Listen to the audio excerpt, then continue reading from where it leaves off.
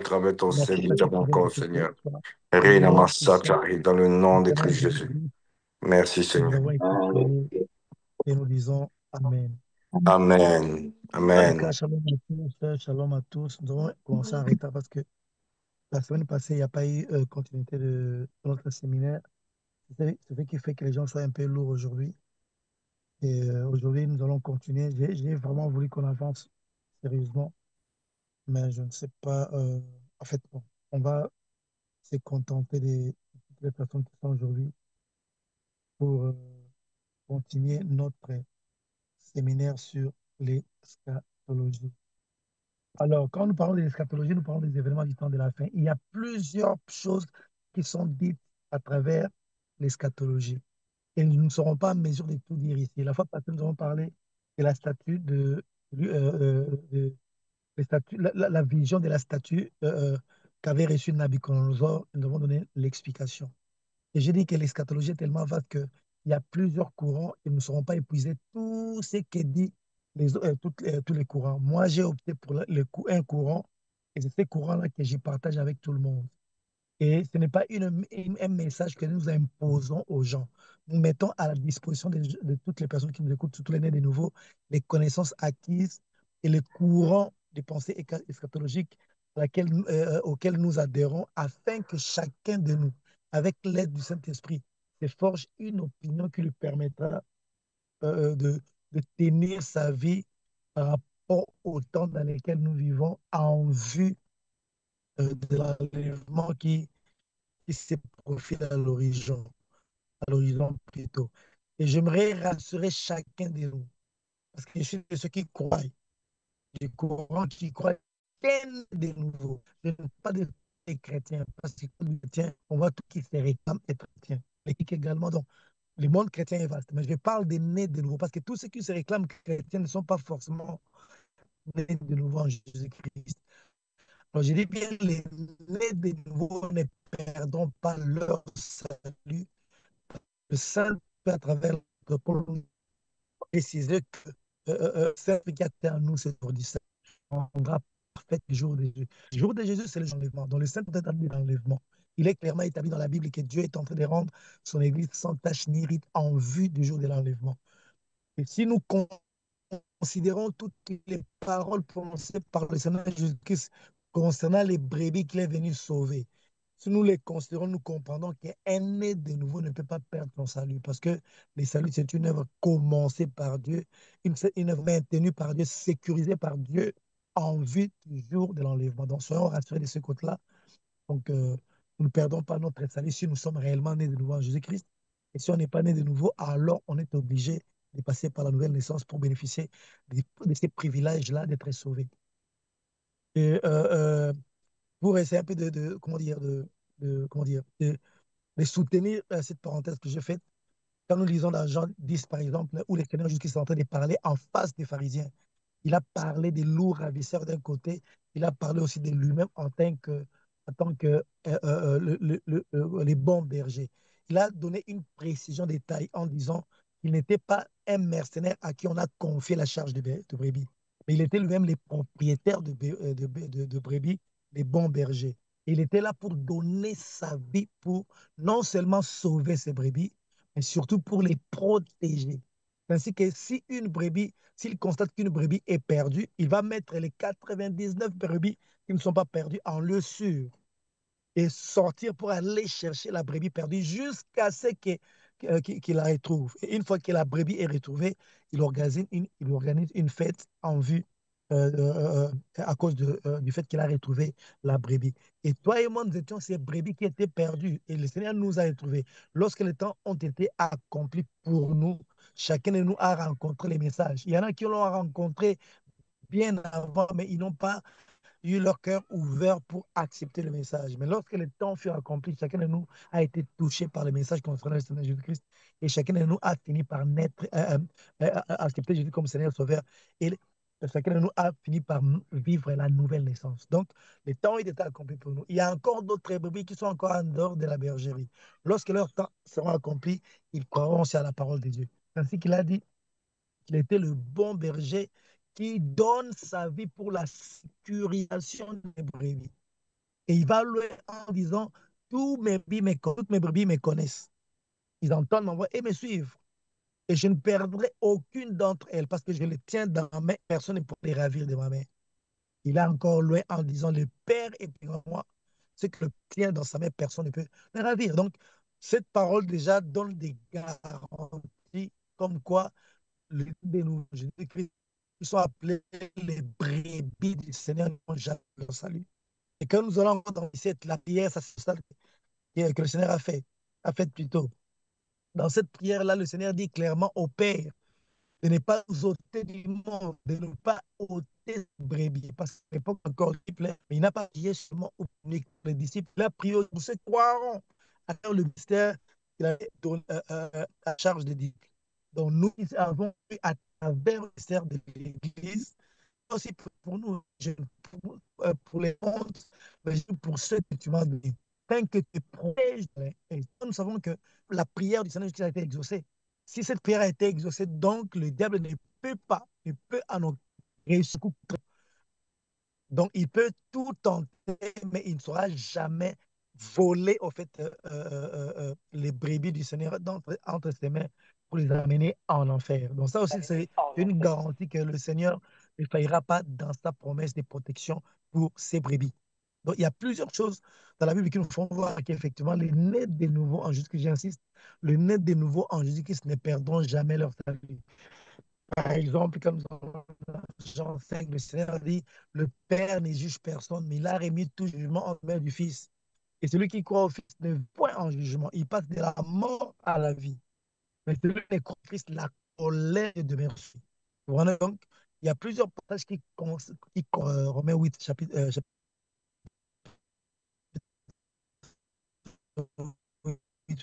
le verset premier dit, il y a donc en Jésus-Christ. Pourquoi il n'y a plus de condamnation? L'acte désordonnant condamné qui subsisterait nous, effacé et détruit à la croix, comme le dit Colossiens chapitre, je crois, chapitre 2, du verset 14 au verset 15. Non seulement qu'il a dépouillé les autorités de la domination, mais il a commencé d'abord par effacer l'acte dont les ordonnances nous condamnaient. Il a fini par les détruire à la croix. Et quel est cet acte-là? C'est ce qu'on appelle la loi qui nous était contraire, la loi qui condamnait le monde à la destruction. Mais nous qui sommes nés de nouveau, devons bénéficier de l'acquittement, en fait. Celui qui n'a point connu le péché, c'est Jésus-Christ. Dieu l'a fait devenir péché pour nous, afin que nous devenions en lui l'expression même de la justice de Dieu. 2 Corinthiens chapitre 5, verset 21. Donc, tous ces passages-là, il y en a nombreux, nous font voir qu'effectivement, les nés de nouveau en Jésus-Christ ne peuvent jamais être ravis de la main du bon berger. Les loups ravisseurs peuvent monter des stratégies, peuvent quelle stratégie, n'importe quel instrument qui peut poser, arracher d'entre les meilleurs les brebis sauvées, ils ne pourront jamais y parvenir. Pourquoi? Parce que le Seigneur l'a décrété. Et je peux me chuter avec la parole de la sémence délivrée. Le Seigneur parle de la sur la. Ces personnes-là, que ça ne perdront jamais la vie. Ils retourneront au Seigneur. C'est la mauvaise sémence ou livre qui s'est jetée en enfer.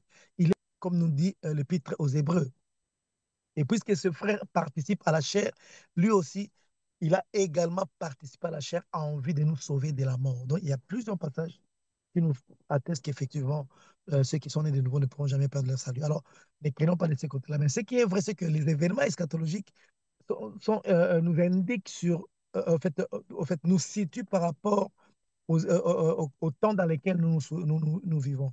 Et nous devons connaître ces événements-là pour nous permettre au fait, de détenir nos vies en fonction du temps dans lequel nous vivons et en fonction, en fait, en vue de l'enlèvement qui arrive.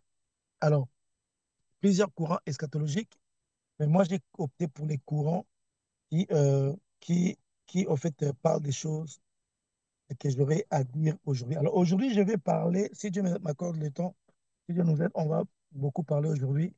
Mais j'aimerais aussi aujourd'hui parler, en fait, faire un aperçu des événements eschatologiques qui sont censés arriver avant l'enlèvement, même après l'enlèvement, et puis on va entrer dans les détails.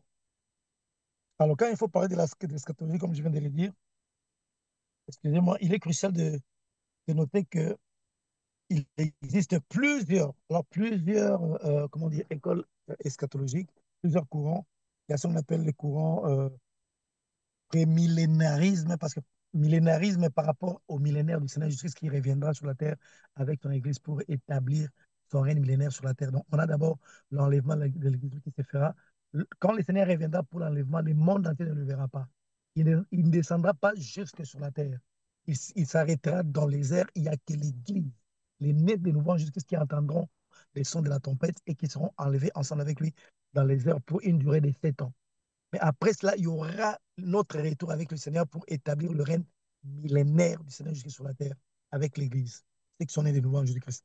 Alors, c'est en fonction de ces millénaires-là qu'on catégorise les courants eschatologiques. Il y a les courants qu'on appelle les courants prémillénaires, prémillénarisme plutôt. Il y a les courants post-millénarisme et il y a aussi les courants amillénarisme.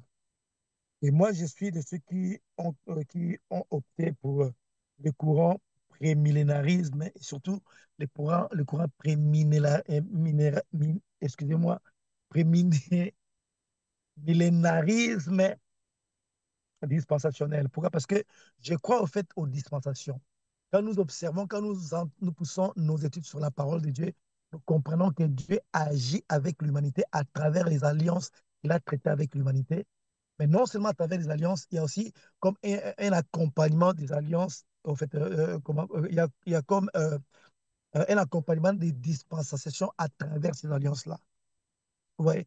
Il y a en tout dans l'histoire, en fait, dans le déroulement de l'histoire humaine sur la Terre, dans cette vie, dans ces mondes dans lesquels nous vivons, parce que ces mondes sera jeté au fait comme nous le verrons plus tard. Il y a au moins 8 alliances qui sont reconnues dans la Bible. La première alliance, on appelle l'alliance l'alliance d'Éden. Quand Dieu crée l'être humain, il y a une première alliance qu'il a traitée avec l'être humain, donc Adam et Ève, au jardin d'Éden avant leur chute. On appelle ça l'alliance d'Éden. La deuxième alliance, c'est l'alliance avec Adam. Et la troisième alliance, c'est l'alliance avec Noé. Et les 3 premières alliances citées sont des alliances universelles qui concernent toute la race humaine sur la terre. Et la quatrième alliance, c'est une alliance particulière que Dieu traite avec Abraham. Il commence cette alliance avec Abraham, mais il laisse une ouverture pour les nations. Parce qu'il dira à Abraham, toutes les nations de la terre seront bénies en ta postérité. Donc il y a une ouverture qui est laissée pour les nations, afin que les nations puissent entrer dans cette alliance. Pourquoi? Parce que Dieu devait commencer avec Abraham une nouvelle histoire qui devait créer les conditions pour le salut de l'humanité. Donc, il traite une alliance avec Abraham, une alliance particulière avec Abraham et sa famille, mais il laisse une brèche qui permettra à ce que les nations puissent adhérer à cette alliance à travers la brèche. Et la cinquième alliance, c'est l'alliance avec Israël, avec Moïse. C'est avec Moïse au mont Sinaï. C'est la cinquième alliance. Et la sixième alliance n'est que l'alliance traitée avec Moïse, mais ça a été renouvelé dans Deutéronome. On appelle ça l'alliance avec la nation juive. La première alliance, c'est l'alliance avec Moïse en vue de la nation d'Israël. Et puis la sixième alliance, c'est la même alliance de la loi qui a été, comment dire, pas révisitée, mais qui a été réproclamée, réconfirmée. Et on appelle ça la sixième alliance. Et la septième alliance, c'est une alliance particulière avec David. Mais cette alliance-là a aussi cette particularité qu'avait l'alliance avec Abraham. C'est une alliance qui a une brèche qui permettra aux nations d'entrer à travers la postérité de David, qui est vu comme, qui est considéré, qui est vu comme le Seigneur Jésus, qui est vu comme cette postérité qui permettra aux nations d'entrer dans l'alliance davidique. Et la huitième alliance, c'est l'alliance la plus parfaite, l'alliance des alliances, l'alliance que le Seigneur Jésus-Christ obtiendra pour l'humanité à travers son sang qui a été versé à la croix du Calvaire. Et toutes les alliances précédentes sont aussi divisées en 2 catégories. Il y a les alliances de la promesse, comme nous dit l'Épître aux Hébreux. Autres, nous étions sans Christ, sans Dieu dans les mondes, étrangers aux alliances de la promesse. Il y a aussi ce qu'on appelle les alliances de la loi. Les alliances de la loi sont les 2 alliances que j'ai citées, dans l'alliance avec Moïse et l'alliance avec la nation juive. En fait, c'est une même alliance, comme je l'ai dit, mais qui a été renouvelée. Ce sont les alliances de la loi qui concernent uniquement les Juifs. Quand nous lisons la Bible avec les yeux de Dieu, nous comprenons que cette alliance-là n'est concernée uniquement que les Juifs. Ce n'est pas une alliance qui concerne les païens. Mais il y avait une brèche qui était toujours laissée, qui permettait aux païens, qu'on appelait les prosélytes, au fait, qui abandonnaient leur divinité pour adopter la divinité juive. qui respectaient un certain nombre de conditions fixées par la loi de Moïse, qui devaient adhérer, qui pouvaient être acceptés en Israël, et puis qui devaient aussi commencer à prier, qui pouvaient aussi commencer à prier les dieux d'Israël. Le cas, par exemple, de Caleb. Caleb n'est pas originaire d'Israël. Caleb, c'est un païen, mais qui a été adopté. Pourquoi? Parce qu'il a abandonné ses divinités. Il a été adopté dans la tribu, il a été inséré dans la tribu de Juda. Vous vous rendez compte? Donc, c'est ce que la loi permettait aux païens.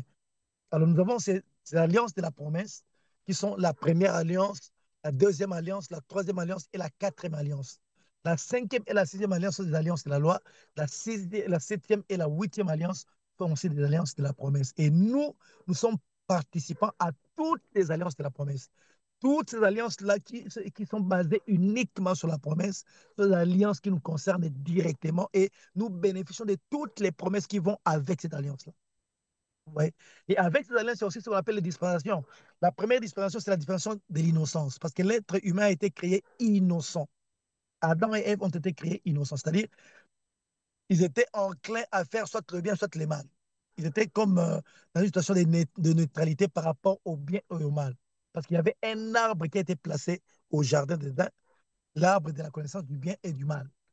Donc, une fois qu'il mangeait du fruit de cet arbre-là, alors il basculerait vers la connaissance du bien et du mal. Or, Dieu avait prévu que l'être humain sur la terre commence sa vie avec la dispensation de l'innocence.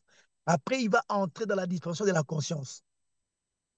Mais il devait entrer dans la dispensation de la conscience dans l'obéissance. Mais malheureusement, Adam et Ève sont entrés dans la dispensation de la conscience qui vient juste après la dispensation de l'innocence. Ils sont entrés dans la désobéissance en perdant la gloire qu'ils avaient à l'origine, en perdant l'éclat de la gloire. La Bible déclare, tous ont péché et sont privés de la gloire de Dieu.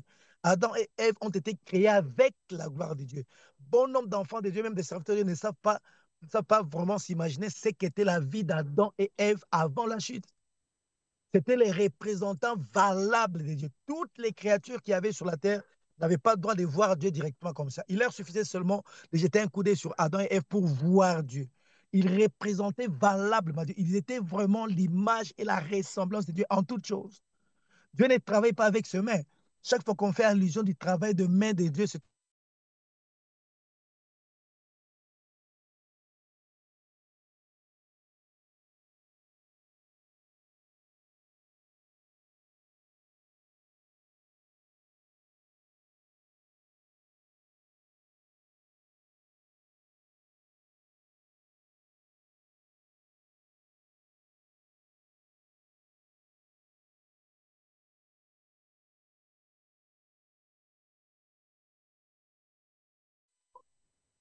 Homme de Dieu, on ne vous entend plus.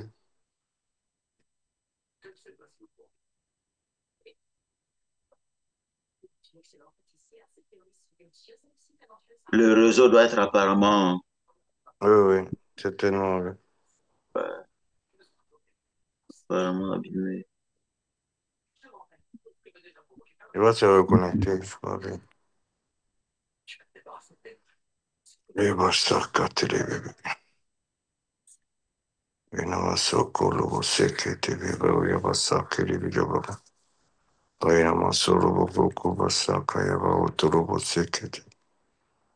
Oui, quand il va là-bas, c'est les bébés. Les bons solo, bah, solo, bah, les bébés. Ça va, non, ça, là-bas, quoi, bah, solo, bah, activé. Glory, glory, masala, bah, hoko, bah, so, hoko, ibisa, nama, holo, bah, hata. Rekana masobo hoko basaka yabaraba solobo. Rekana masolobo hoko basaka iribirobo basilibi. Rekana mahoko tolobo. Raya basana mahoko basaka yabaraba. Rekana baba baba. Reda baba baba. Sois élevé, sois glorifié, Seigneur. Nous élevons ton Saint, Dieu de gloire. Reda baba baba. Il y a nul Dieu que toi, papa. Tu es l'unique et le véritable Seigneur. Rédabarokotolobobo. Toi qui vis et règne pour des siècles et des siècles. Toi c'est de la gloire. Toi c'est de la gloire. Rekanamasoloborokobasakatelebebebebe. Reda basoro kubasaka yababa. Rena masoro kotobo soto lobo yabasaka tilibebe. Reka masolo lobo yabasaka libebe. Reka tabaro kotolobo. Reka masolo lobo libidibi. Reka tilibebe. Reka baba. Maria kubasaka maroko bosolo. Reda baba.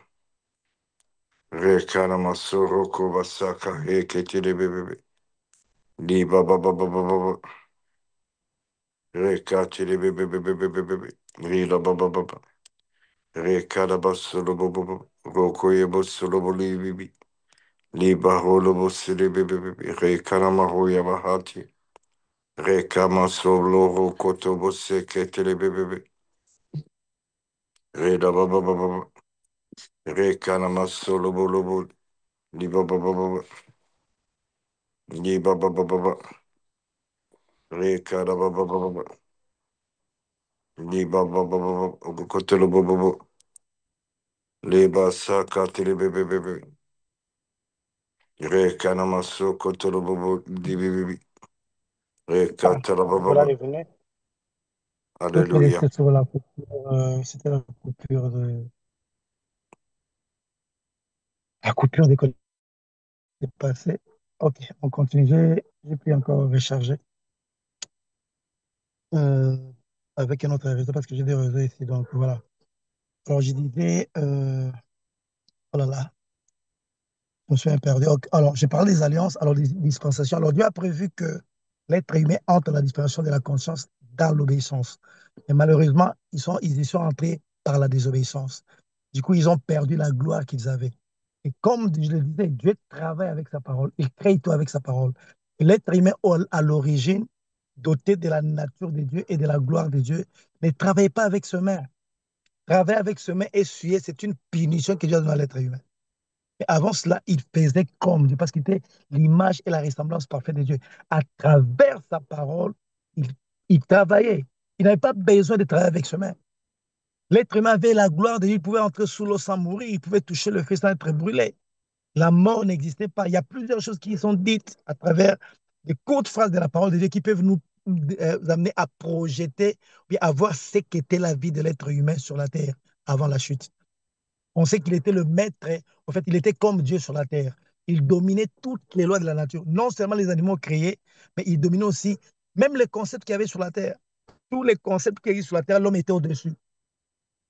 Toutes les lois qu'il y avait sur la terre, l'homme était dessus. Je vais prendre l'exemple de la loi de la pesanteur, qui fait que chaque objet qui est jeté en l'air puisse retomber sur la terre, sous la force de l'attraction de la terre.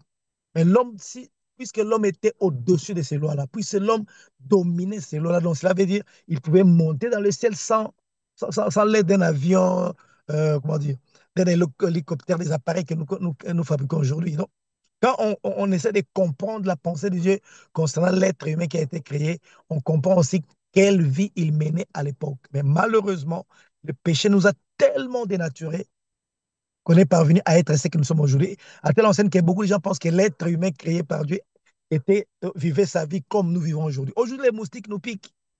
Mais à l'époque, les moustiques n'avaient pas le droit de piquer Adam. Pourquoi? Parce qu'ils manifestaient la gloire de Dieu. Vous vous rendez compte? Alors, quand on lit ce qui est dit sur l'être humain qui a été créé avant la chute, on comprend qu'il ne vit pas la vie que nous vivons aujourd'hui. Il était supérieur aux anges.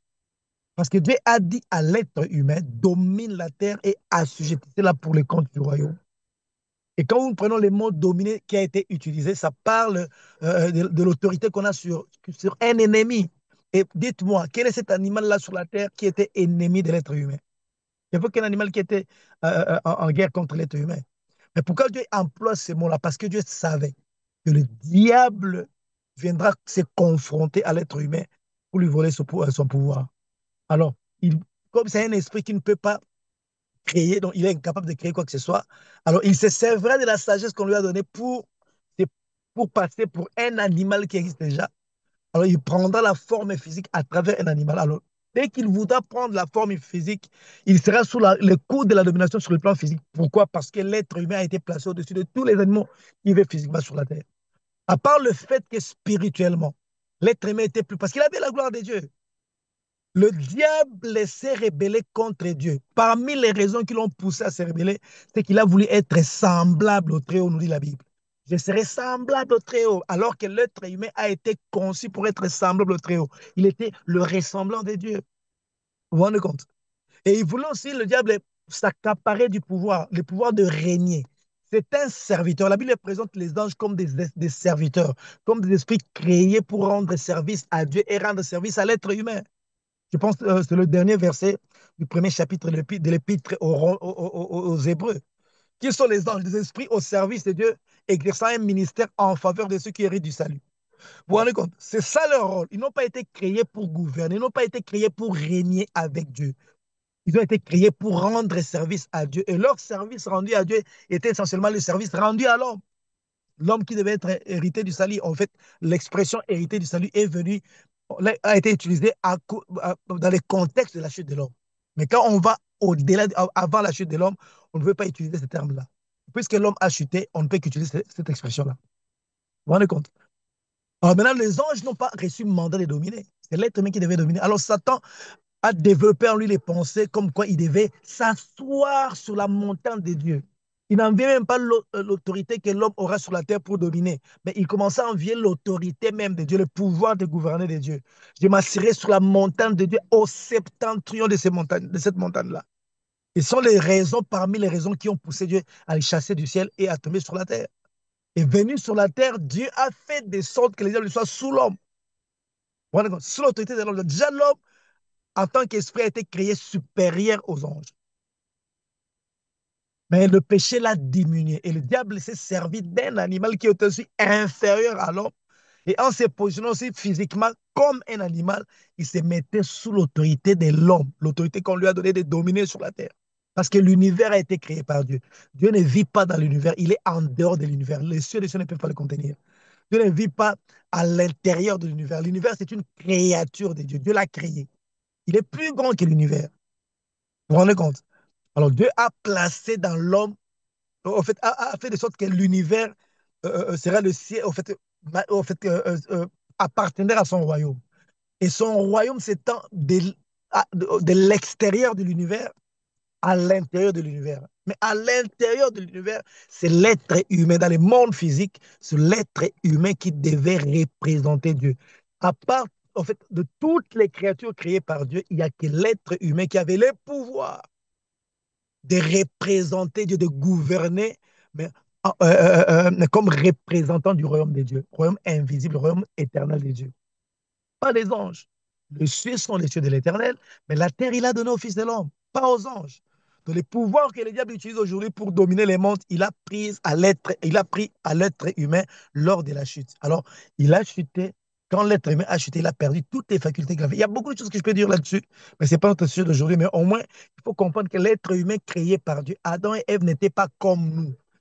Ils n'étaient pas faibles comme nous, ils ne péchaient pas comme nous, ils n'étaient pas, comment dire, amoindris comme nous le sommes aujourd'hui. Adam et Ève manifestaient la gloire de Dieu. Ils ont péché, ils ont été privés de la gloire de Dieu. Les diables également. Il faut noter que les diables aussi, toutes les créatures créées par Dieu qui pêchent, perdent l'éclat originel que Dieu leur a donné. La même chose avec Lucifer. C'était un ange de lumière. Quand il a péché, il a perdu l'éclat.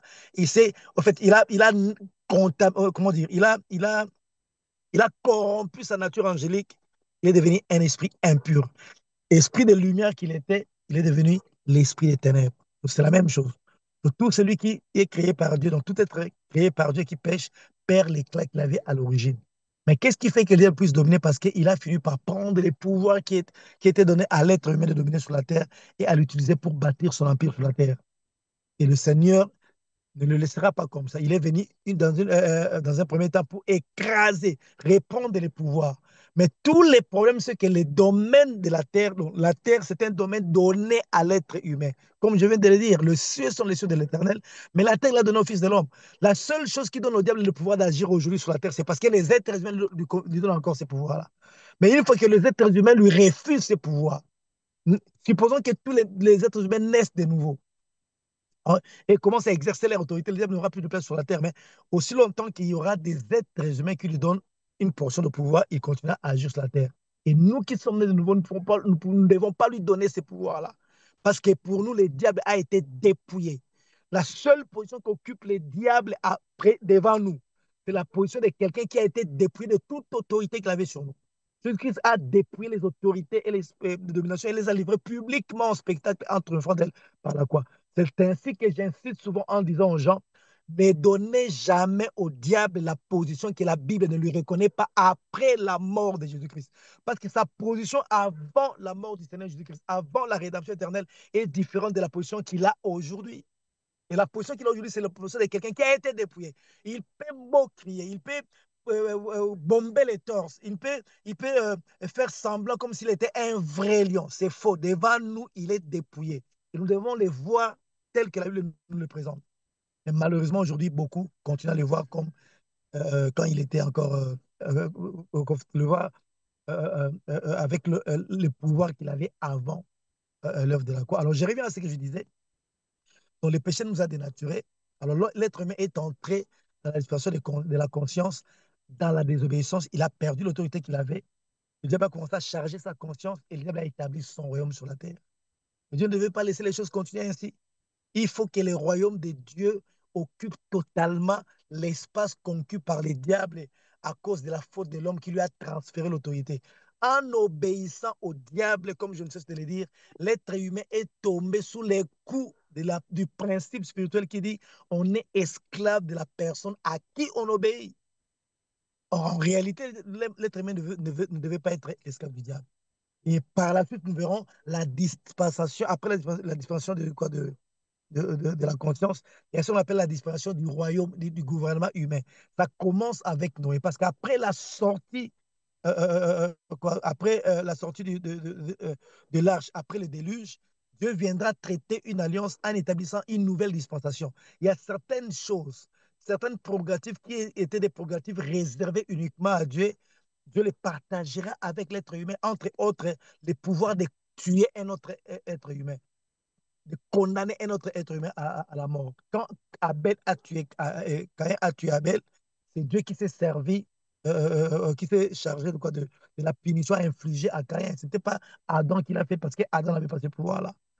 Et Caïn a été maudit. Pourquoi? Parce qu'il s'est permis d'ôter la vie. Le pouvoir d'ôter la vie n'était pas encore donné, alors bien qu'il dominait le monde entier. Même le pouvoir de doter la vie aux animaux n'était pas encore conféré à l'être humain. Mais à la sortie de l'arche, après le déluge, Dieu libérera des paroles d'alliance et de dispensation qui donnent à l'être humain le pouvoir d'ôter la vie à un autre être humain et le pouvoir d'ôter la vie aux animaux. C'est ainsi que les hommes ont commencé à manger les animaux, alors qu'à l'origine, c'était des végétariens. Vous vous rendez compte? Alors, en donnant à l'être humain le pouvoir de juger un autre être humain qui aurait commis un meurtre ou bien un assassinat, Dieu établit ce qu'on appelle le gouvernement humain. C'est-à-dire qu'il y a certaines prérogatives qui sont données à l'être humain et en fait, Dieu place certains êtres humains au-dessus des autres, en telle enseigne que ceux qui sont en dessous doivent dépendre de ceux qui sont au-dessus d'eux. Il établit le pouvoir. Celui qui a le pouvoir domine les autres. Mais le pouvoir n'est pas là pour dominer les autres, mais pour essayer d'organiser la société et d'encadrer les choses de manière à ce que les gens puissent vivre mieux, vivre bien comme Dieu veut qu'ils puissent vivre. Mais malheureusement, avec la sémence du péché, l'homme a abusé du pouvoir, ce qu'on appelle les gouvernants humains. Une parenthèse. Les gens qui pensent que la politique est diabolique, c'est leur point de vue. Mais quand nous entrons dans la profondeur de la parole de Dieu, nous verrons que la politique n'a jamais été diabolique. C'est un instrument qui Dieu a donné à l'être humain pour gérer la société. Mais malheureusement, le diable, connaissant la puissance de cet instrument, il s'est accaparé de cet instrument et il fait de sorte que les chrétiens ne puissent pas l'utiliser. C'est aussi notre parenthèse. S'il y a une question à poser par rapport à ça, je répondrai, mais ce n'est pas notre sujet aujourd'hui. Et après la disparition du gouvernement humain, on a la disparition de la promesse avec Abraham. Abraham a une relation avec Dieu qui est basée uniquement sur la promesse. Son alliance est une alliance de la promesse aussi, mais sa disparition, c'est aussi une disparition de la promesse. Si tu quittes la maison de ton père, tu vas là où moi je te montre. C'est alors que je te bénirai, je ferai de toi un canal de bénédiction pour les nations. Vous vous rendez compte? Il entre dans cette dispensation de la promesse. Et après la dispensation de la promesse, excusez-moi, pour couper court, il y a eu plusieurs dispensations jusqu'à ce que nous arrivons à la dispensation de la grâce. Toi et moi, nous vivons la dispensation de la grâce. Les dispensations sont en fait, comment dire, des périodes auxquelles Dieu vient avec, comment dire, un principe qu'il établit comme base des relations entre lui et les êtres humains. La relation avec Dieu, de Dieu avec Adam et Ève, à l'origine, c'est une relation basée sur l'innocence. Il devait passer à la relation basée sur la conscience des choses. Après cela, il y a la relation qui est basée sur le gouvernement. Et nous arrivons jusqu'à la dispensation du Christ, qui est la dispensation de la grâce. Alors, toutes les choses que Dieu a données à l'homme par rapport aux autres dispensations sont bel et bien là. Mais sauf que la dispensation de la grâce est au-dessus. Pourquoi? Parce que l'homme a failli dans toutes les dispensations, dans toutes les alliances. Il n'a pas pu mettre en pratique la totalité de l'alliance. Au fait, le clause de l'alliance, c'est maintenir dans la pratique des clauses de l'alliance. Chaque alliance a été violée. Et il y a que Jésus qui ne vient pas violer la dernière alliance, en fait. Parce que quand nous parlons des alliances, selon la pensée hébraïque, il y a deux alliances. Mais quand nous parlons des... il y a des alliances majeures, en fait. L'alliance, l'ancienne alliance et la nouvelle alliance. Dans l'ancienne alliance, il y a au moins 7 alliances qui sont cachées dedans. Mais dans ce que la nouvelle alliance est l'unique alliance et l'alliance de la perfection. Et cette alliance-là est né de précédentes alliances. Et Jésus-Christ, en tant qu'être humain, a réalisé, en fait, a obéi, comment dire, a respecté les clauses de toutes les alliances précédentes. On n'a trouvé en lui aucune faille. L'alliance qui était difficile, c'est les deux alliances de la loi. Ce sont des alliances qui étaient difficiles. Mais Jésus-Christ a été trouvé sans faille comparativement aux prescrits et aux obligations des alliances de la loi. Il a accompli toute la loi. C'est ainsi qu'il a dit sur la croix, tout est accompli. Qu'est-ce qui a été totalement accompli? C'est la loi, les alliances de la loi. Il a accompli toute la loi. C'est ainsi qu'il nous ouvre la voie à la grâce. Parce que l'être humain était incapable de mettre en pratique les exigences de la justice et de la sainteté de Dieu dans l'alliance de la loi et dans toutes les alliances précédentes. Mais Christ vient accomplir littéralement tout ce qui a été demandé dans toutes les alliances précédentes. Et il nous ouvre la voie maintenant à la grâce. Comment? Parce qu'ayant accompli tout ce qui était demandé dans les alliances précédentes, maintenant il nous offre son œuvre. Toutes les personnes qui acceptent que Jésus est leur Seigneur et Sauveur, Dieu leur impute la justice de Jésus-Christ, l'œuvre de Jésus-Christ, comme le dit Romains 4. À celui qui fait une œuvre, le salaire est reconnu comme quelque chose qui est dû.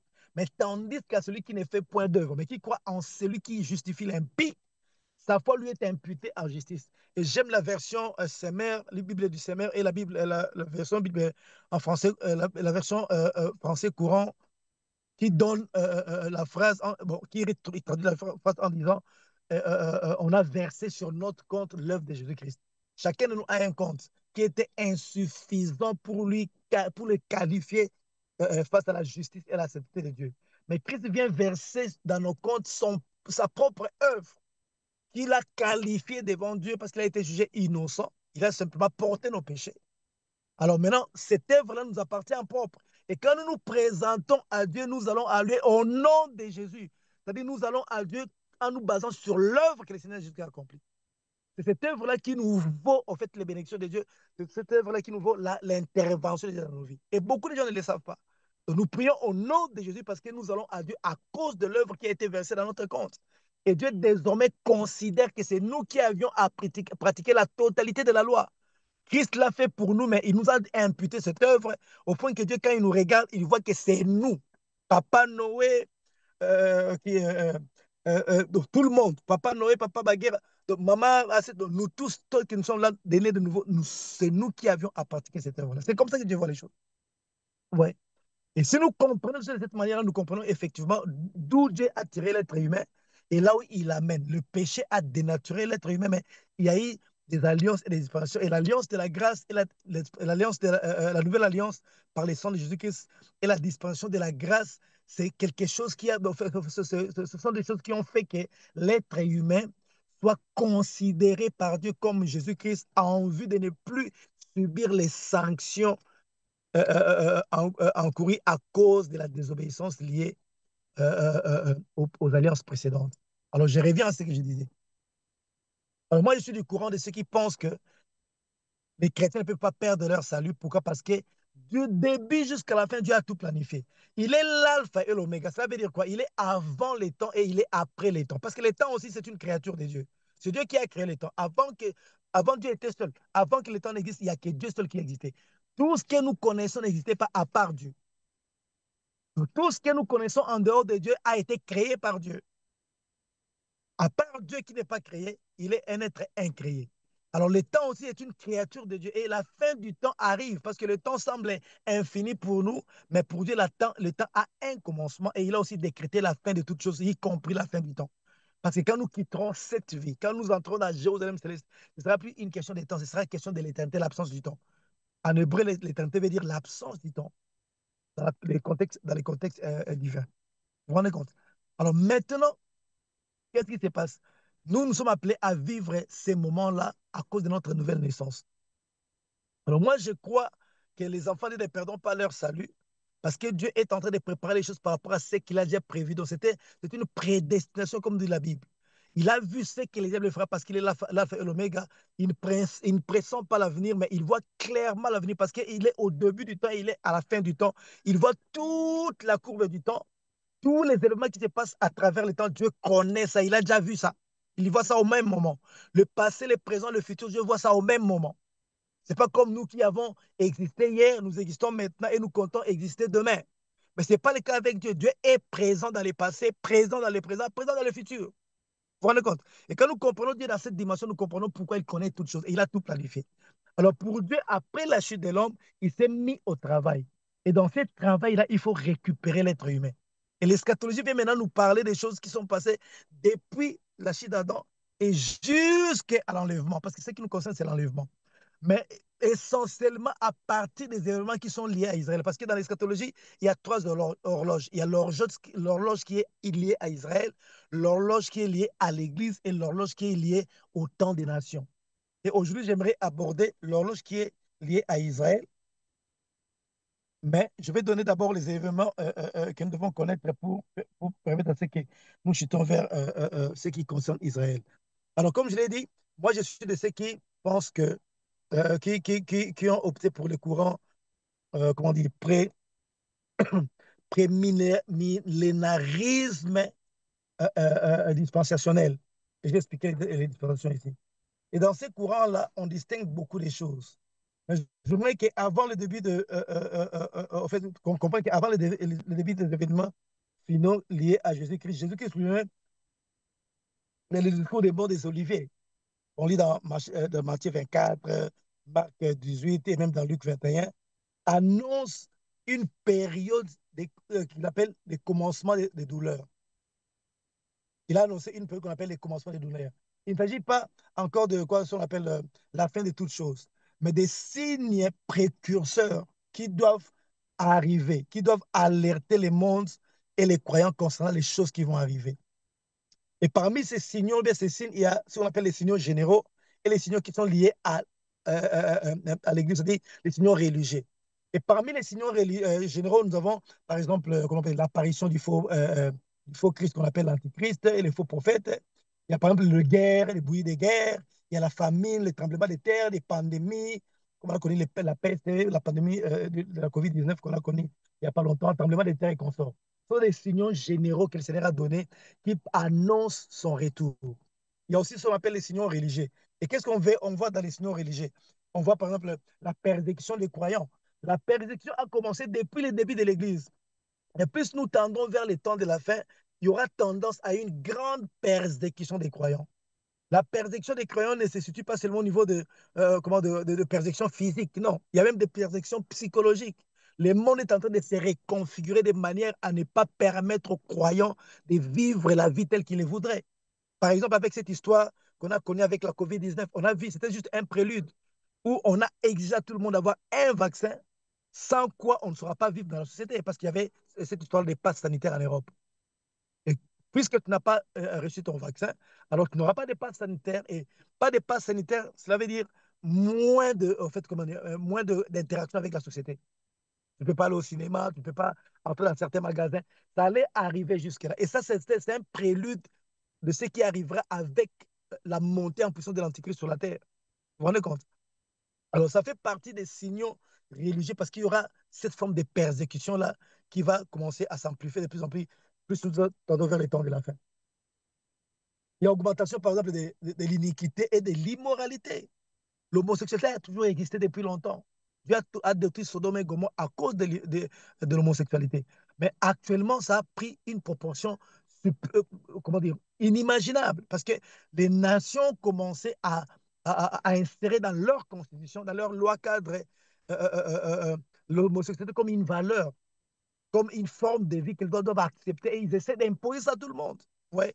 Donc l'immoralité est en train de monter en puissance. Et en plus, la transition sexuelle, par exemple, ce sont des éléments qui parlent ce sont des signaux religieux qui nous font voir qu'effectivement, le Seigneur est à la porte parce il avait prédit cela.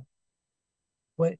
Et la foi d'un grand nombre se refroidira, par exemple. Et puis, il y aura aussi, malgré toutes ces choses-là, l'évangélisation mondiale. Jamais on a connu des vagues d'évangélisation comme ça s'est fait au XXe siècle.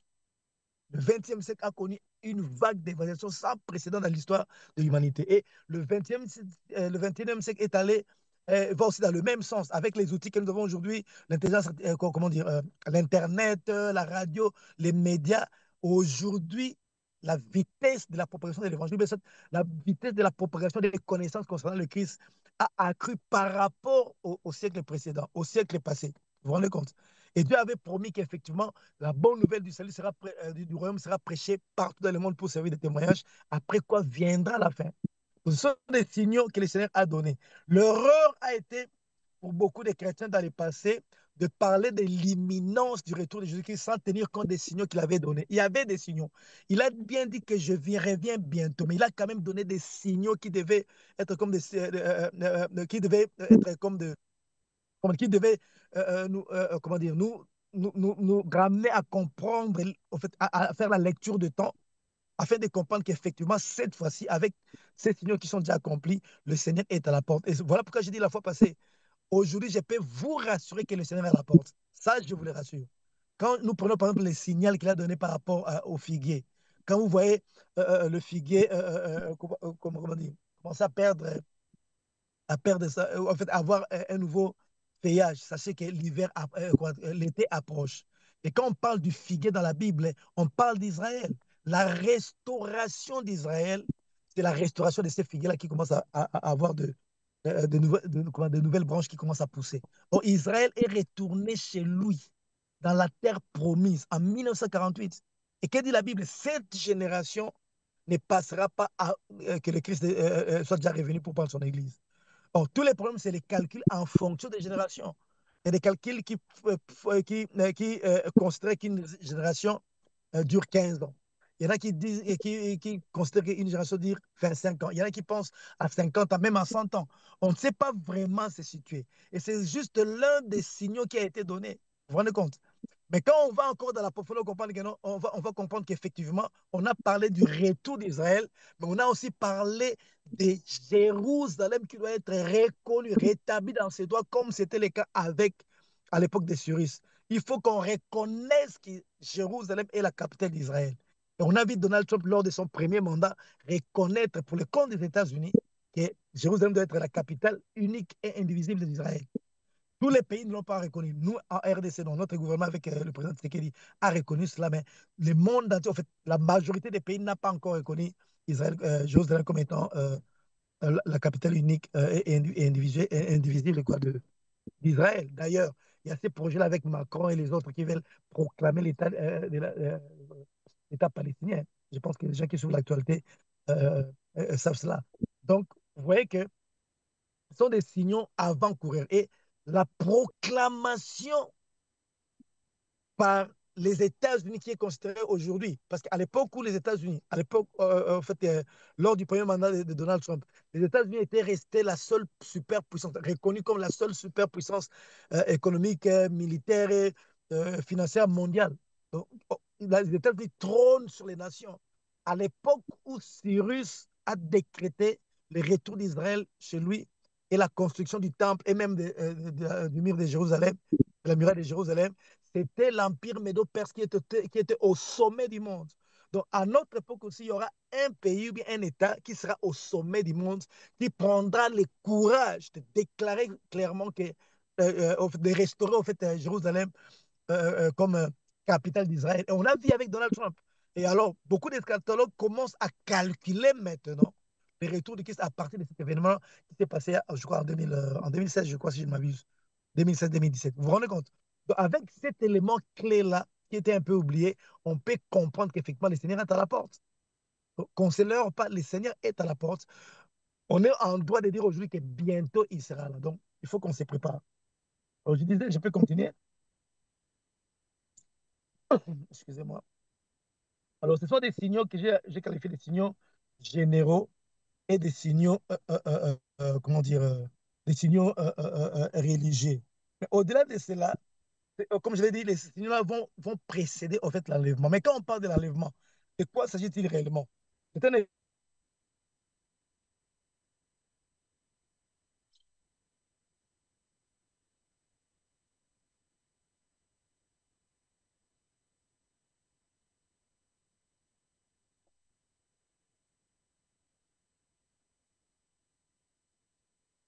événement distinct de moi.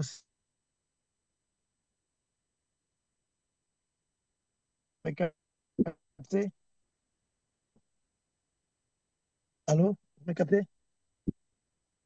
Vous me recevez? Oui, nous sommes là, serviteurs de Dieu. Est-ce que vous me recevez? Ah, oui. Nous Ah, vous Je crois serviteur. recevons, qu'il y a homme un de petit Dieu. problème. Ok, Nous il y a un sommes petit là, nous problème sommes de là. connexion. Ok. Alors, ces événements vont précéder l'enlèvement. Et quand on parle de l'enlèvement, c'est quelque chose qui va concerner, en tout cas, tous les chrétiens doivent fixer leur regard sur l'enlèvement, comprendre au moins quelque chose, c'est ce qu'on appelle l'enlèvement de l'Église. Parce que c'est l'événement qui nous intéresse. La seule chose pour laquelle nous devons nous préparer, c'est l'enlèvement de l'Église, parce que nous faisons partie de l'Église, pour tous ceux qui sont nés de nouveau en Jésus-Christ. Et qu'est-ce qu'on appelle l'enlèvement? Il s'agit d'un moment où Jésus-Christ descendra du ciel non pas sur la terre comme je l'ai dit, hein. Il sera dans les airs pour enlever son Église, c'est-à-dire tous les croyants morts ou vivants, tous ceux qui sont nés de nouveau en Jésus-Christ, à l'époque où nous vivons, et ceux qui sont morts dans le passé. Ça ne concerne pas les gens qui étaient en alliance avec Dieu dans l'ancienne alliance. Ça concerne l'Église. Et l'Église fait partie, au fait, c'est cette institution qui englobe tous ceux qui sont nés de nouveau en Jésus-Christ. Donc, les morts en Christ et les vivants en Christ sont concernés par cet événement qu'on appelle l'enlèvement. Ça, c'est généralement. Mais si nous considérons certains passages de la Bible, on parle aussi des amis de l'époux. C'est ainsi que beaucoup d'eschatologues pensent aussi à certaines personnes qui ont vécu l'ancienne alliance, mais qui sont considérées comme les amis de l'époux et qui pourront peut-être participer à l'enlèvement parce qu'ils seront là au fait des noces de l'agneau, parce que l'enlèvement va ouvrir la voie à la fête des noces de l'agneau et de son épouse qu'on appelle l'Église. Vous vous rendez compte? Donc, à l'enlèvement, l'Église seule verra Jésus-Christ. Les nés de nouveau seuls verront Jésus-Christ, attendront les sons de la trompette, et l'Éternel sera dans les airs et il nous attirera vers lui, nous monterons au ciel, nous disparaîtrons sur la terre. D'ailleurs, il y a beaucoup de gens qui ont eu des révélations, des visions concernant ce qui se passera à l'enlèvement. Moi, personnellement, je n'ai pas été prêché, personne ne m'a prêché pour naître de nouveau. J'écoutais les messages. D'ailleurs, quand on prêchait l'évangile, j'ai insulté les pasteurs, donc je ne voulais même pas entendre parler de l'évangile. Je me disais, je suis un catholique, je reste catholique jusqu'à la fin de ma vie. Mais je suis parvenu à la nouvelle licence moyennant des brochures que j'ai lues. Il y avait trois brochures que j'ai lues. Deux parmi ces brochures parlaient de gens qui, donc, d'une femme qui était morte, qui allait visiter l'enfer, visiter le ciel, et puis Dieu l'a ramené sur la terre pour témoigner. Il y avait aussi un pasteur du nom de Percy Colette, je crois que c'était un Américain, qui a aussi vu parler. Lui n'était pas mort, mais il a été ravi en esprit. Son corps fonctionnait, mais il est allé voir pendant quelques jours et puis il est revenu. Et puis il y avait aussi, comment dire, un témoignage de quelqu'un à qui le Seigneur est apparu pour lui expliquer ce qui se passera le jour de l'enlèvement. Il a noté cela, il a rendu ça comme sous forme de texte en guise de témoignage. Alors, on m'a donné ces trois brochures, je ne sais pas encore qui me les avait données. Quand j'ai lu ces brochures, alors mon cœur a commencé à battre, j'ai éprouvé de la peur, je sentais que j'allais mourir. Et puis, si je meurs, j'irai en enfer. Alors, j'ai commencé à rechercher les gens que je connaissais à l'époque comme étant des enfants de Dieu pour aller le voir et pour qu'ils me donnent un conseil, qu'ils m'orientent. C'est pour ça que j'allais faire. Je suis allé voir un vieux papa comme ça qui est aussi berger d'une église, d'un groupe de prière, pour lui parler de mon cas. Et c'est lui qui me dira qu'au fait, je n'ai pas besoin de te faire répéter la prière pour accepter Jésus-Christ. Tu as déjà accepté, tu es déjà né de nouveau.